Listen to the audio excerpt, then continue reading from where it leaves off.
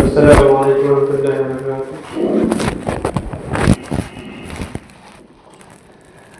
الحمد لله نحمده ونستعينه ونستغفره ونؤمن به ونتوكل عليه ونعوذ بالله من شرور أنفسنا من يهدي الله فلا مضل له ومن يضلل فلا هادي له ونشهد أن لا إله إلا الله وحده لا شريك له ونشهد أن سيدنا ومولانا محمدا عبده ورسوله أرسل الله بالحق بشيرا ونذيرا وداعيا إلى الله بإذنه وسراجا منيرا صلى الله على خير خلقه محمد وعليه وصحبه وأزواجه وذرياته وأهل بيته وبارك وسلم تسليما كثيرا كثيرا. أما بعد فأعوذ بالله من الشيطان الرجيم. بسم الله الرحمن الرحيم. قال الله سبحانه وتعالى في القرآن المجيد: يا أيها الذين آمنوا كتب عليكم الصيام كما كتب على الذين من قبلكم لعلكم تتقون. صدق اللہ العظیم. میرے محترم بزرگوں، دوستوں، دینی اور ایمانی بھائیوں، اسلام اللہ کا لایا ہوا، اللہ کا بھیجا ہوا دین ہے.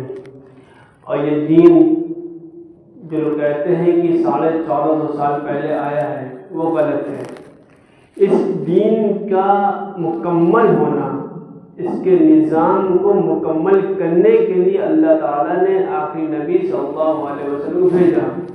یعنی یہ دین ہے، یہ حضرت آدم علیہ السلام سے آیا ہے. یعنی کہ آدم علیہ السلام سے یہ دین چلتا چلا رہا ہے. اور اس دین کے نظام کو، اس دین کی تبدیلی کو، اس دین کو مکمل کرنے کے لیے آخری نبی صلی اللہ علیہ وسلم مبعوث ہوئے. اور یہ اللہ کا نظام ہے، کیونکہ اللہ ہر چیز کا خالق ہے، مالک ہے. وہ جس چیز کو چاہتا ہے بلند کر دیتا ہے، وہ جس چیز کو چاہتا ہے ہلکا کر دیتا ہے. ہر ایک کے اوپر ایک مسلط ہے. جس طرح جمعے کا دن تمام ایام میں مسلط ہے. جمعے کا دن تمام دنوں میں کیا ہے؟ سردار ہے. جمعے کا دن تمام دنوں کا سردار ہے. اسی طرح جو مہینہ ہمارے پاس آ رہا ہے، وہ مہینہ تمام مہینوں کا سردار ہے. تمام مہینوں کا کیا ہے؟ سردار ہے. تو رمضان مبارک کا مہینہ عام مہینوں کی طرح نہیں ہے. یہ مہینہ برکت کا ہے، رحمت کا ہے، مغفرت کا ہے، اور اپنی مقبولیت قرار دینے کا یہ مہینہ ہے. یہ مہینہ اللہ تعالیٰ کی طرف سے آفر والا مہینہ ہے. اس طرح کہا نا کہ یہ آفر ہے یہاں پہ. تو یہ ایک ایسا آفر ہے جو اللہ تعالیٰ نے دیا ہے. یعنی کہ جو انسان فرض پڑھے گا اسے 70 فرض کا ثواب دیا جائے گا. جو نفل پڑھے گا اسے فرض کے برابر ثواب دیا جائے گا. جو انسان احتیاط کر لے گا برائیوں سے اسے بڑا اجر دیا جائے گا. یہ اللہ تعالیٰ کی طرف سے بھیجے گئے آفر ہیں. اللہ تعالیٰ کی طرف سے بھیجے گئے آفر. اور اس میں جو نقصان پہنچانے والے انسانوں کو شیاطین اور ابلیس کو اللہ تعالیٰ قید کر دیتے ہیں، تاکہ یہ ایک مہینہ ایک قید ملے اور ہمارے جو بندے ہیں وہ گناہوں سے بچ کر کے عبادت میں لگ کر کے اپنی مغفرت کروا لیں. اپنی کیا کروا لیں؟ مغفرت کروا لیں. یہ مہینہ جو آ رہا ہے یہ ہمارے لیے آفر کا مہینہ ہے. ہم اگر اس میں غفلت برتیں گے تو نبی صلی اللہ علیہ وسلم فرمایا تھا کہ ایک صحابی سے مروی ہے کہ حضور صلی اللہ علیہ وسلم جب ممبر پہ پہنچے تو پہلی سیڑھی کو قدم رکھا تو فرمایا کہ آمین، اور دوسری سیڑھی پہ قدم رکھا تو فرمایا آمین، اور تیسری سیڑھی پہ قدم رکھا تب بھی فرمایا کہ آمین. تو صحابہ حیران رہ گئے کہ یہ کیا معاملہ ہے، کیوں آپ صلی اللہ علیہ وسلم آمین کہہ رہے ہیں، جبکہ کوئی ظاہری طور پر کوئی دعا کرانے والا نہیں تھا. تو ان صحابہ رضی اللہ علیہ اجمعین عرض کیا: یا رسول اللہ، آج ہم نے آپ سے نیا طریقہ دیکھا ہے. آپ کا کیا معاملہ؟ تو حضور صلی اللہ علیہ وسلم فرمایا کہ حضرت جبریل علیہ السلام ہمارے پاس آئے اور فرمایا: کہو اے محمد صلی اللہ علیہ وسلم کہ جس نے یہ مہینہ پایا ہو اور وہ اپنی مغفرت نہ کروا پائے، تو حضور صلی اللہ علیہ وسلم فرمایا کہ آمین. یعنی کہ اس مہینے میں اس کی مغفرت نہیں، اس مہینے میں وہ نہیں معاف کیے گے جو اپنی مغفرت خود نہ کرا پائے.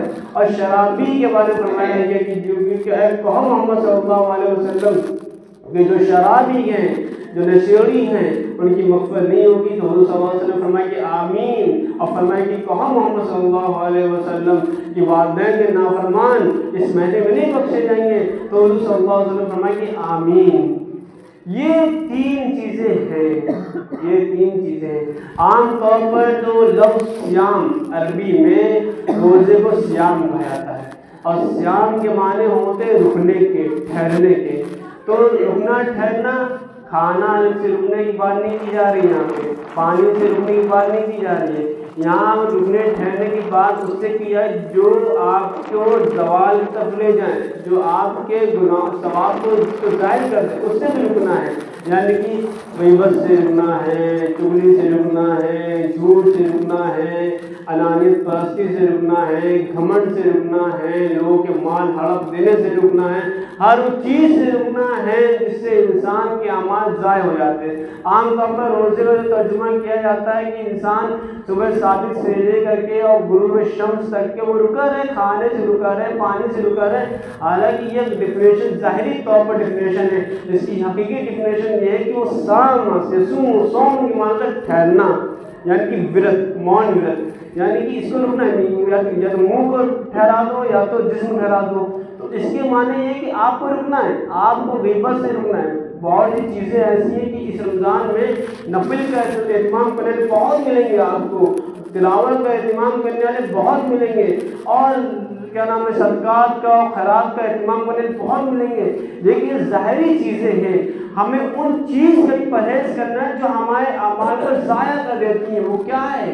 وہ غیبت ہے، وہ کیا ہے؟ وہ چغلی ہے، وہ کیا ہے؟ وہ جھوٹ ہے، وہ کیا ہے؟ وہ ایٹیٹیوڈ ہے، وہ پرستی ہے، وہ کیا ہے؟ وہ گھمنڈ ہے، وہ کیا ہے؟ وہ کسی کو حقیر سمجھنا ہے، وہ کیا ہے؟ وہ والدین کی نافرمانی ہے، وہ کیا ہے؟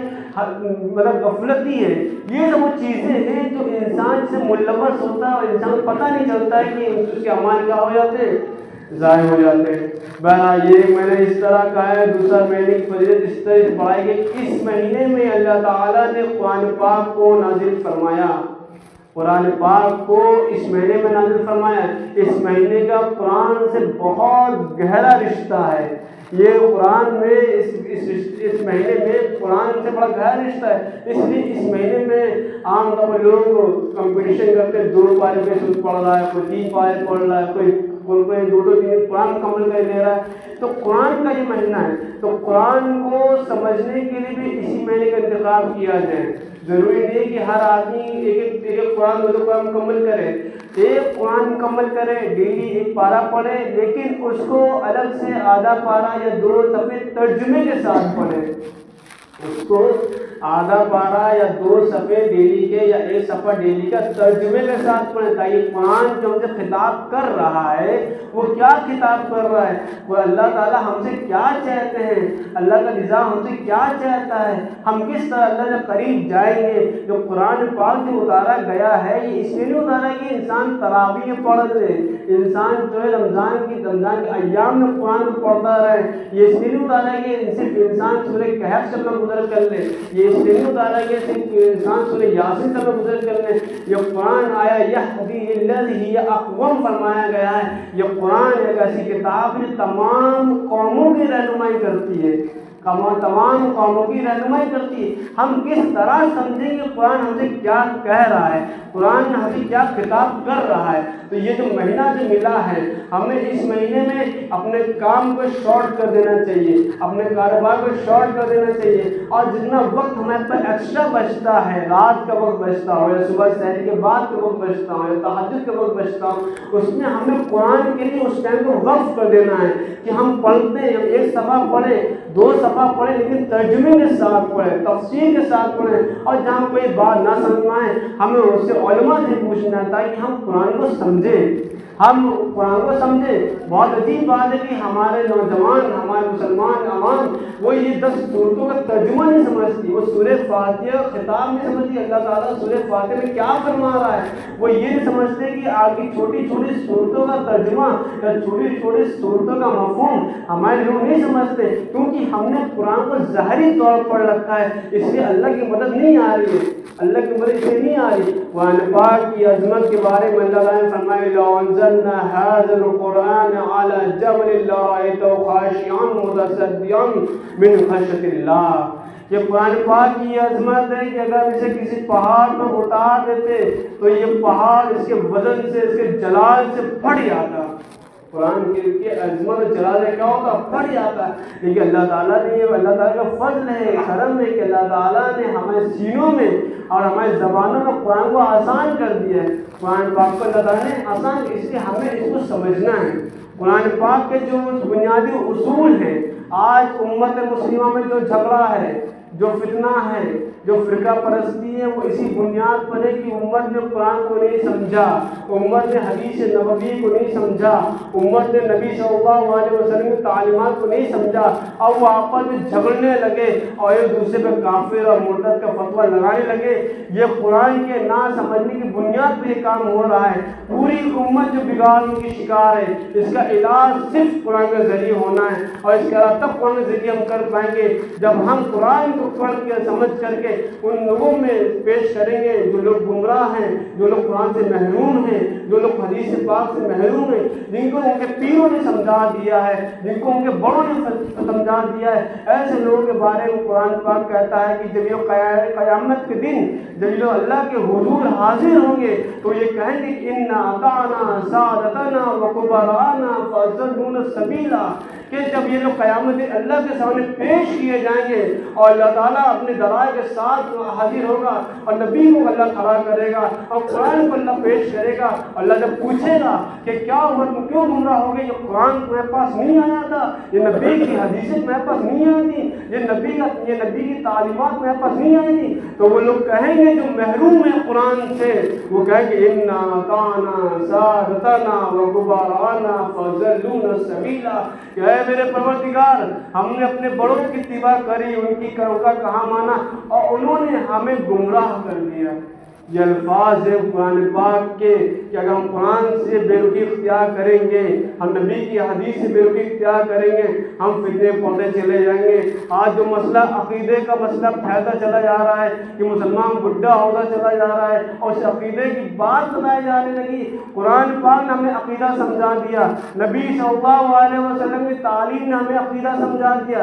اس کے بعد اگر اللہ اور اس کے رسول سے ہٹ کر کوئی بات کرتا ہے ہم اسے قبول نہیں کر سکتے، ہم اسے قبول نہیں کر سکتے. اللہ تعالیٰ نے فرمایا پہلا عقیدہ نبی کے عالمی ہونے کا عقیدہ. اللہ نے فرمایا قل یا ایھا الناس انی رسول اللہ الیکم جمیعا، کہ اللہ تعالیٰ نے اپنے نبی صلی اللہ علیہ وسلم فرمایا کہ اے نبی آپ یہ کہہ دیجئے کہ اے انسانوں میں تم سب کی طرف پیغمبر بنا کے بھیجا گیا ہوں. یعنی کہ آپ کسی قوم کے نبی خالص نہیں ہیں، کسی ملک کے لیے نہیں اتارے گئے، کسی قبیلے کے نہیں اتارے گئے، آپ تمام انسانوں کے نبی بنا کے ابھارے گئے. اور پھر دوسرا عقیدہ کہ نبی صلی اللہ علیہ وسلم کے طریقے پہ ہی ہم سب کی کامیابی ہے. اس کی دلیل قرآن دے رہا ہے کہ لقد کان لکم فی رسول اللہ اسوۃ حسنہ لمن کان یرجو اللہ والیوم الآخر وذکر اللہ کثیرا. کہ اللہ تعالیٰ فرما رہا ہے کہ محمد صلی اللہ علیہ وسلم تمہارے آئیڈیل ہیں، تمہارے اسوہ ہیں، تمہارے نمونہ ہیں. یہ دوسرا عقیدہ ہے. اور پھر تیسرا عقیدہ یہ کہ حضور کے طریقے پر ہی اللہ کی رضا، اللہ کے صحابہ کی رضا، فرشتوں کی رضا ہے. اللہ نے فرمایا قل ان کنتم تحبون اللہ فاتبعونی، کہ نبی آپ ان سب سے کہہ دیجئے کہ اگر یہ چاہتے ہیں اللہ ان سے محبت کرے، اگر یہ چاہتے ہیں کہ اللہ ان سے پیار کرے، ان کی مدد کرے تو فاتبعونی، تمہیں میری اتباع کرنی پڑے گی، تمہیں میری اتباع کرنی پڑے. یہ نبی صلی اللہ علیہ وسلم کے متعلق جو عقائد ہے جو قرآن پیش کرتا ہے، یہ کسی عالم کی کتاب پیش نہیں کرتی، یہ کسی مفتی کا فتویٰ پیش نہیں کرتا. یہ وہ کتاب پیش کری جو رب العالمین کی طرف سے نازل کی گئی ہے.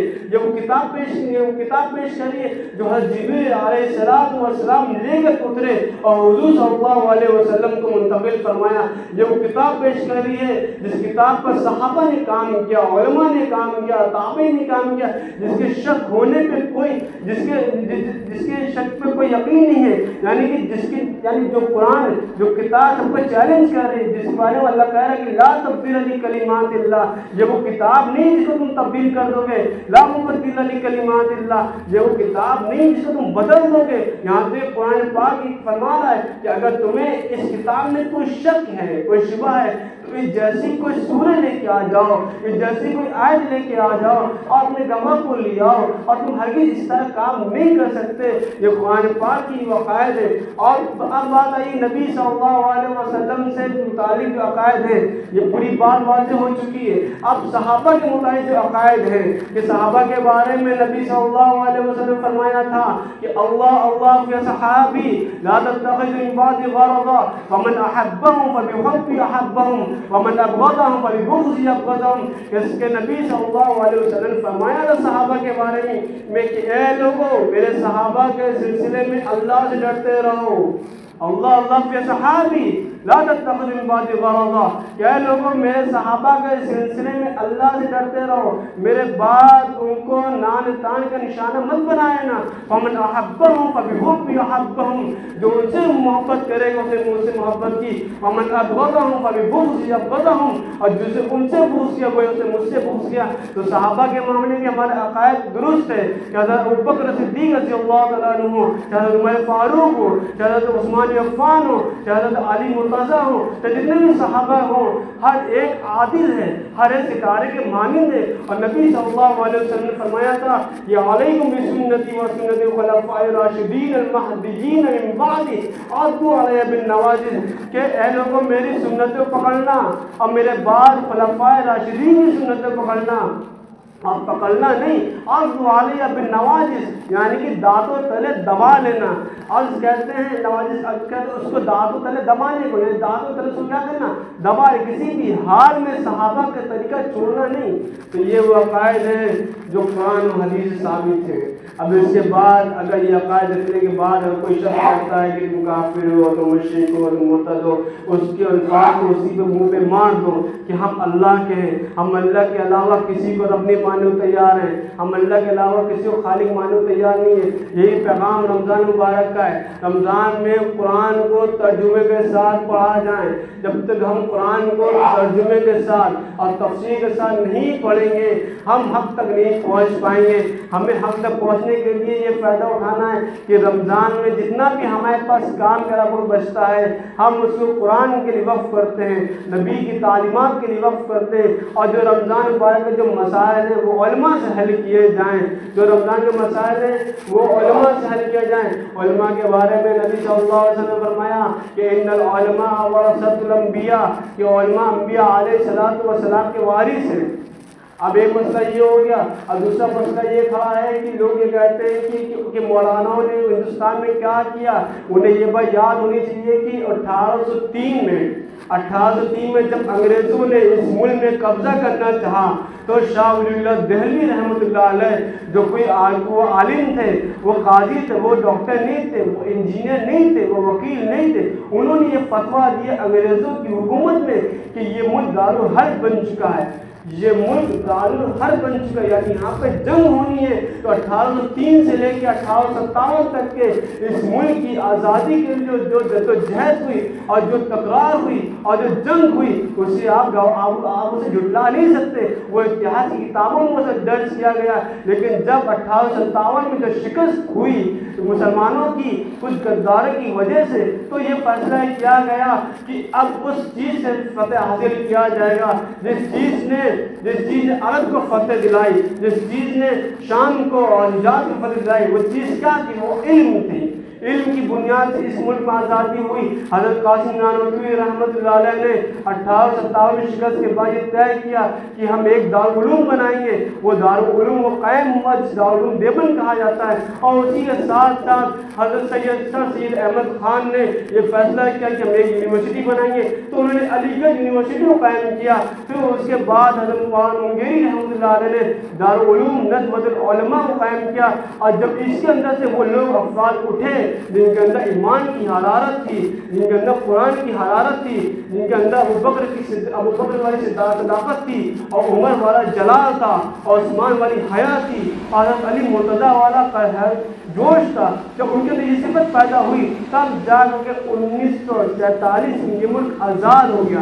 آج جو لوگ کہتے ہیں کہ کٹ ملا جو بحث اڑائے ہوئے، انہیں یہ بتا دینا چاہیے کہ تمہیں جو ساز لے رہے ہو زندگی کی، وہ بھی ہمیں علماء نے تمہیں ساز دیے، ہمیں علماء نے تمہیں آزادی دلائی ہے۔ بغیر علماء کا تذکرہ کیے ہوئے اس ملک کی تاریخ مکمل نہیں ہو سکتی، اس ملک کی تاریخ مکمل نہیں ہو سکتی۔ علماء تھے جن کے دل میں ایمان تھا، جن کے دل میں شہادت کی عظمت تھی، جن کے دل میں باطل کو ٹکرانے کا جوش تھا، جو جا کے انگریزوں سے بھڑ گئے تھے۔ یاد رکھنا چاہیے کہ ایک دور ایسا تھا کہ دلی سے لے کے لاہور تک کے، اسلام آباد تک کے کوئی درخت ایسا نہیں تھا جس میں علماء کی لاشیں نہ ہوں۔ یہ علماء تھے جن کی قربانی کی وجہ سے آج ہم لوگ سکون سے یہاں بیٹھے ہوئے، یہ علماء ہیں جن کی قربانی کی وجہ سے کہ آج ہم لوگ کھلے عام بزنس کر رہے، پڑھائی لکھائی کر رہے، ورنہ یہ دور ختم ہو چکا تھا۔ لیکن اللہ تعالیٰ نے علماء کا انتخاب کیا اور انہوں نے انگریزوں کو ٹکر دی، اور انگریزوں کو ٹکر دینے کے بعد اس ملک کو آزادی دلائی۔ یہ تاریخ ہے علماء کی، ہمیں بچوں چاہیے وہ علماء کی تاریخ کو سمجھے، علماء کی قربانی کو سمجھے۔ ایسا نہ ہو کہ ہر آدمی آج نئے فتنہ بڑھ کے سامنے آ رہا ہے کہ علماء سے کیا لینا دینا، علماء کیا ہوتے۔ قرآن پاک میں فرمایا گیا اطیعوا یا ایھا الذین آمنوا اطیعوا اللہ واطیعوا الرسول واولی الامر منکم۔ ہر جگہ قرآن پاک کی آیت کہتی ہے کہ اللہ کی اطاعت کرو، رسول کی اطاعت کرو، لیکن ایک آیت میں اللہ تعالیٰ نے فرمایا کہ وَأُولِي الْأَمْرِ مِنْكُمْ، یعنی کہ ان کی اطاعت کرو جو تمہارے دینی رہنما ہوں، جو تمہارے کیا ہو، دینی رہنما ہوں۔ جب تک ہم اپنا رشتہ قرآن سے نہیں جوڑیں گے، جب تک اپنا رشتہ حدیث سے نہیں جوڑیں گے، ہم جب تک اپنا رشتہ نبی کی سیرت سے نہیں جوڑیں گے، جب تک اپنا رشتہ علماء کی قیادت سے نہیں جوڑیں گے، تب تک ہماری فتح نہیں ہوگی۔ یہی پیغام رمضان کا ہے، رمضان پاک، رمضان مبارک کا موقع پا کر کے اس کو ہاتھ سے نہ جانے دیں، اس میں جتنا وقت بچتا ہے اس کو قرآن کے لیے وقف کر دیں، نبی کی سیرت کے لیے وقف کر دیں، اور علماء سے مسائل کو پوچھا جائے، نیٹ پر سے مسائل نہ لیا جائے، علماء سے مسائل کے بارے میں پوچھا جائے، جہاں جہاں درس قرآن ہو وہاں وہ درس قرآن میں شامل ہو جائیں۔ جب یہ عمل کریں گے تو انشاءاللہ آسمان سے مدد آئے گی اور زمین سے ہماری مدد ابھرے گی۔ اللہ تعالی ہم سب کو کہنے سنت عمل توفیق عطا فرمائے۔ وآخر دعوانا الحمد للہ رب العالمین۔